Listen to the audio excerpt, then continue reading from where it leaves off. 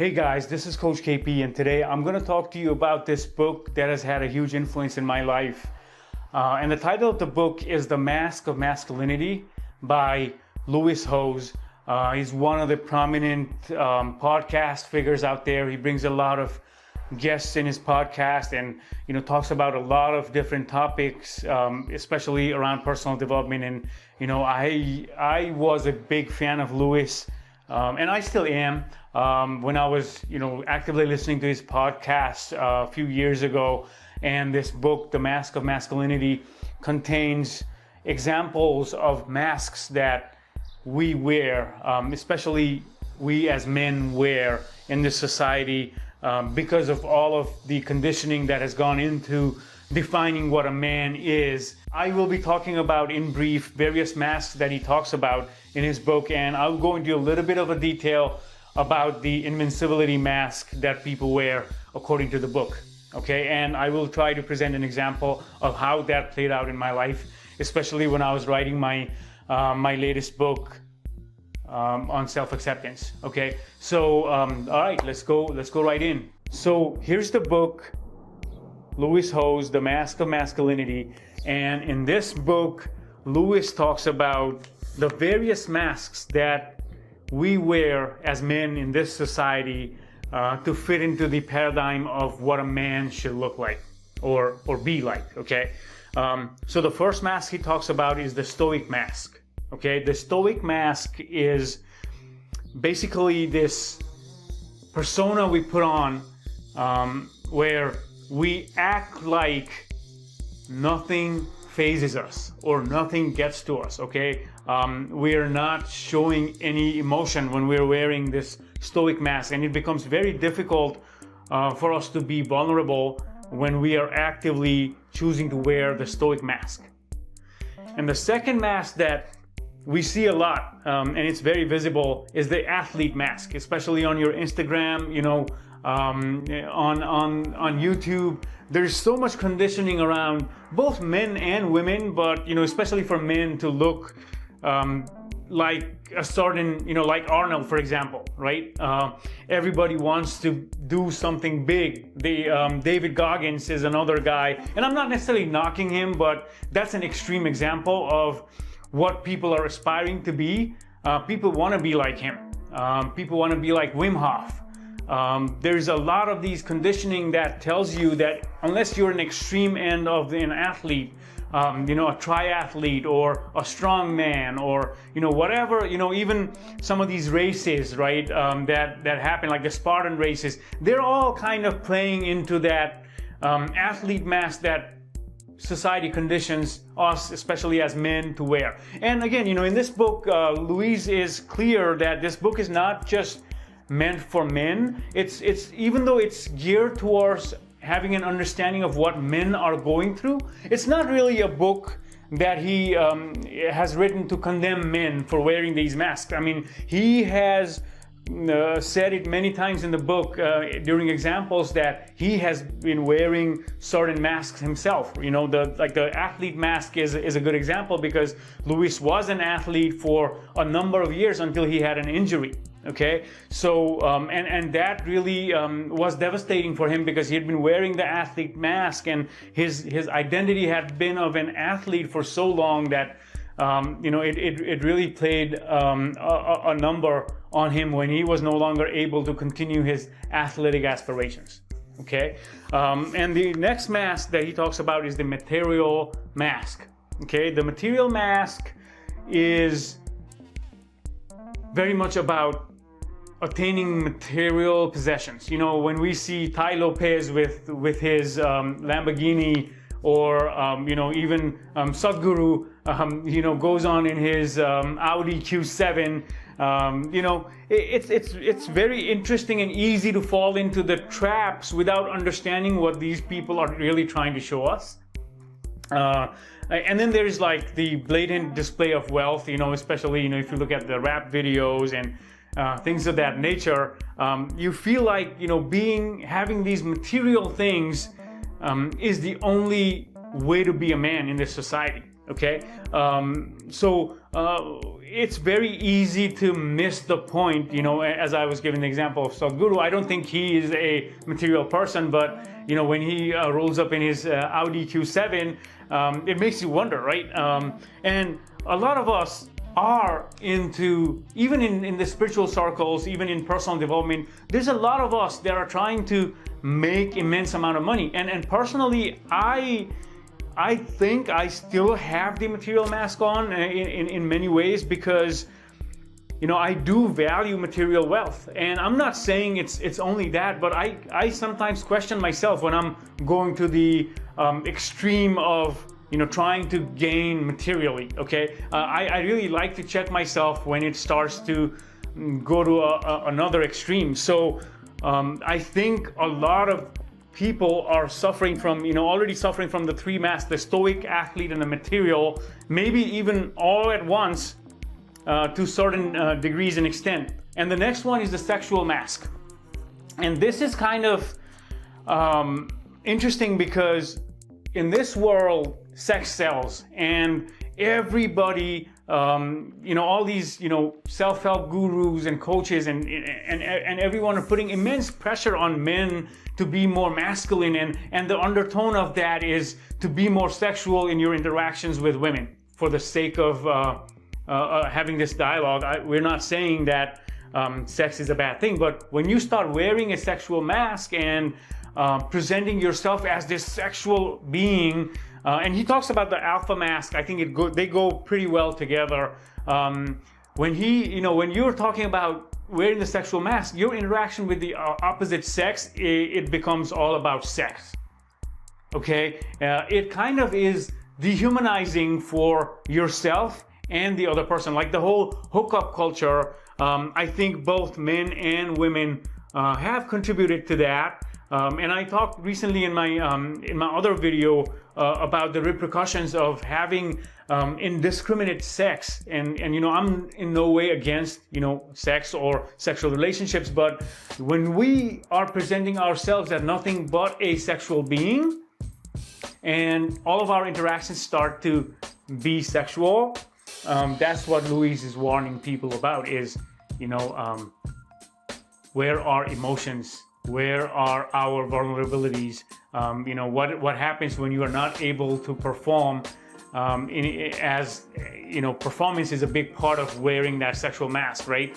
A lot of people, and I see memes and everything out there about how much a man, you know, what a man should be able to make a woman feel, right? It's kind of intimidating, to be honest with you, when, especially for me as a man, when I start seeing all these feeds, you know, sometimes you wonder, like, oh, you know, if I'm not able to perform at this level of expectation, you know, as a porn star, or in my interactions as James Bond, like, am I less of a man, right? That plagues a lot of people, and it plays into our primal insecurities. And that's what he's talking about in this sexual mask. The aggressive mask, you know, the macho UFC guys that are, you know, punching each other in the face, and, you know, lots of people are watching that, paying tremendous amount of money.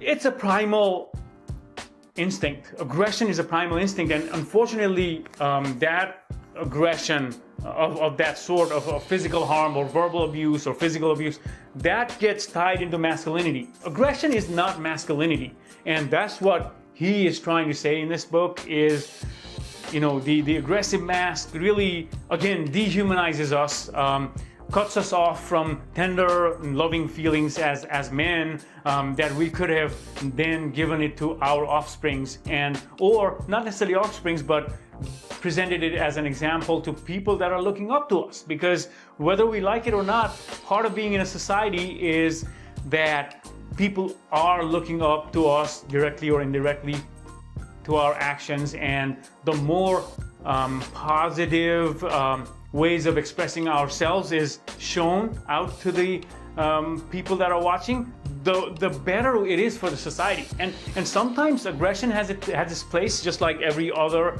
emotion in our lives. You know, aggression is not always a bad thing. I don't believe in throwing the baby out with the bathwater. But that's what Lewis is talking about in this book, is the harmful side of being aggressive and making that your identity and wearing that mask in your interactions with everyone out there. Okay, the Joker mask is the next. And the Joker mask is funny because I was a class clown, pretty much all my life, and it still kind of surfaces sometimes. And I have come to realize that when I'm being a joker, like when I'm always making people laugh, I'm doing something that does not sit well with my soul. I'm in essence trying to not feel my feelings by joking around all the time. Okay, and I see this in many people that wear the Joker mask, because it's so easy to be that guy that's fun all the time, right? Every time you go out with this person, they are making everyone laugh, and they are laughing, and they're having a great time. But there is this underlying feeling of unsettlement in that, right? Like it goes to an extreme where all you can now do is be a joker, be that class clown all the time. What is that doing to the rest of our soul? What about, sometimes you may feel bad, sometimes you may not be able to joke, but how much are you forcing yourself, and where is the self-love in that? To be able to present yourself as this jolly fellow in front of all of your friends all the time. Like there's a big correlation of suicide rate amongst comedians, right? The stand-up comedians are depressed, and we've seen in recent times that the person that played the Joker committed suicide. I forget his name, but the point I'm trying to make is there is a dark side to joking and being the joker and wearing that mask all the time. It's the inability to feel our feelings and really present ourselves in a vulnerable way that Lewis is talking about in his book. Okay, so the next mask is the Invincible mask. I know when I started out this video, I was going to talk about Invincible mask in a little bit of the depth, but talk about these other masks not that much. But I've ended up talking about all of them quite a bit. The Invincible mask, how that is played out in my life is, let me grab my book here. This is the not for resale copy of An Incomplete Guide to Self-Acceptance.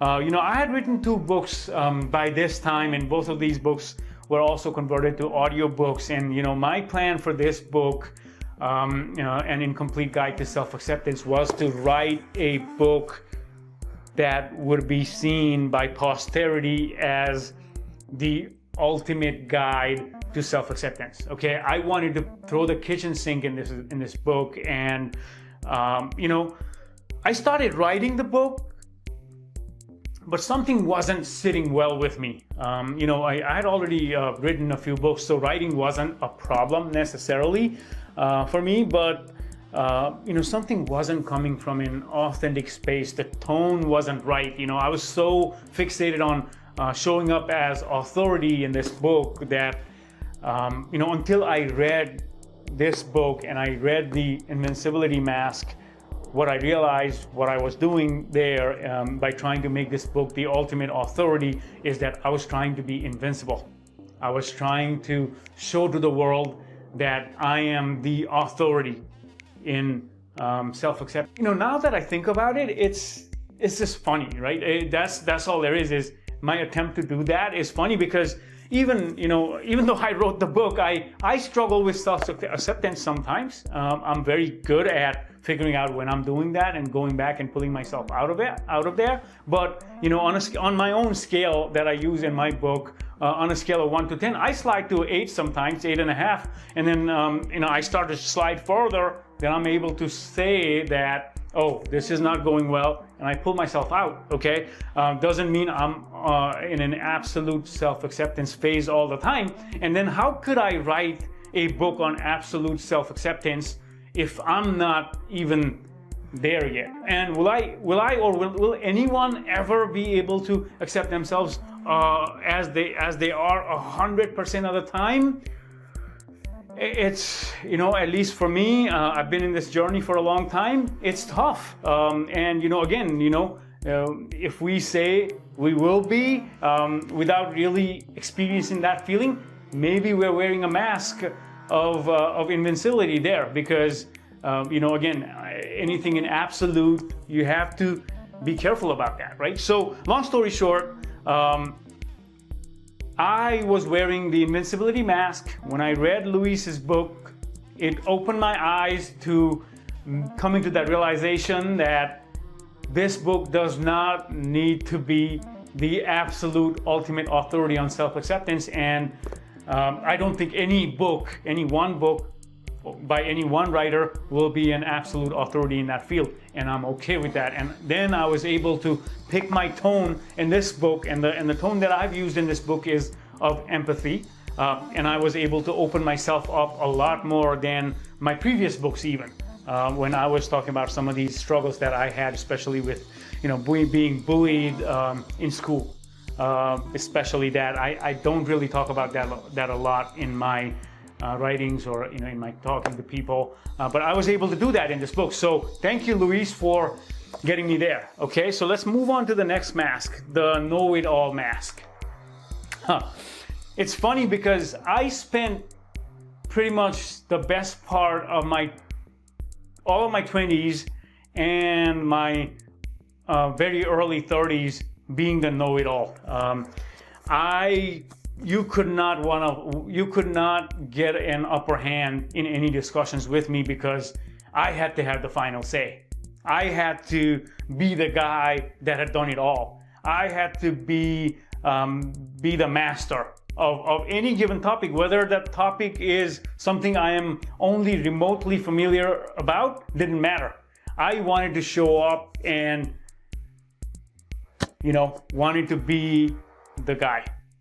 That's the truth. And the mask that I was wearing there was the know-it-all mask. And now that I look back and I see so many opportunities I lost because I was so busy trying to be seen as a person that knows it all, that it's a humbling experience. When I start to slide back into the know-it-all mask, I can now snap out of it. Because of all of the personal development work you do and the self-honesty that you have to have in this field really helps you. And again, reading the book has been a great help for me to come out of that particular mask, the know-it-all mask. And it's just a slow process, because I spent, like I said, a long time being in that, wearing the know-it-all mask. So it's kind of difficult for me to come out of that. But, I feel good about my journey. I am here. I'm able to check myself, pull myself out of it whenever that's happening. And I find that a beautiful thing. So going back to the last mask. The last mask? Did I say that? The alpha mask. Okay. I meant the last mask. The alpha mask. It's serious because it's cutting men that have felt insecure about themselves, for whatever reason, but because they were maybe tender and they got rejected, or because of the way the alpha male archetype gets played out in media.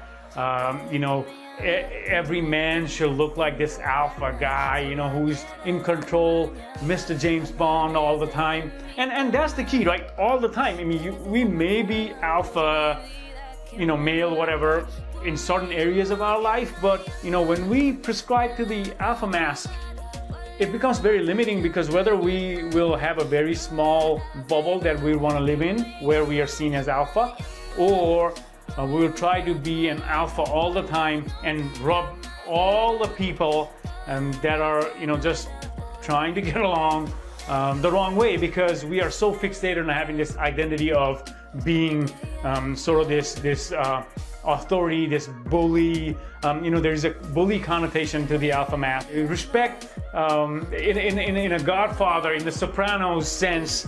It plays really well into the alpha mask. Like, you want to be respected wherever you go. You know what? Wherever you go, you want to be yourself.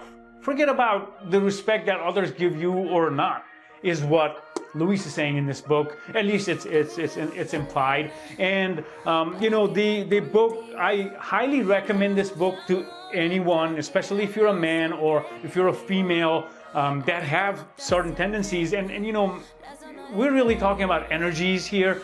Even though Lewis does talk about males in this book, I think it can also apply to females. And also for females, I think this book can help you understand the man in your life. And he talks about how to help a man that is wearing this mask. Lewis does gear the book towards male. I think from an energetic perspective, even women can benefit it for themselves in their lives, because a lot of the societal conditioning has also, you know, the same conditioning that goes into men have also gone into conditioning women. So I think there is a big help that women can have as well from reading this book. But more importantly, in this book, Lewis gives a way for women to connect with their men when they figure out what mask their men, you know, whether it's husband, son, whatever in their lives is wearing. And, you know, for example, after each mask he gives a small section for women to reflect upon and see how they can help their men. And I'm going to read a paragraph from the athlete mask that's geared towards women. He says, "Women, the best thing a woman can do to help a man remove the athlete mask is to lead by example. Have deeper conversations with him. Be open and vulnerable to show him what that looks like. Communicate those feelings that scare you and that you think might be scaring him. To support him in creating balance in his life, create a schedule, timeline, or a list of priorities with him so that you can include other things in your relationship as a team and thus in his life." And then he goes on, you know, there's a few more paragraphs. I don't want to read the whole thing. You should definitely check the book out. But, you know, he writes this book to help men predominantly, but in doing so, he's also helping women relate to their men better. And I personally think that even if women read this book to help themselves, I think it'll work equally well, because I do believe that societal conditioning has gone into conditioning women kind of the same way that it has gone into conditioning men in the present society. Okay, so I know this turned out to be a long video. You know, ask me any questions about this book. If you've read this book, I would love to hear from you on the comment section. This has been good. Coach KP, peace.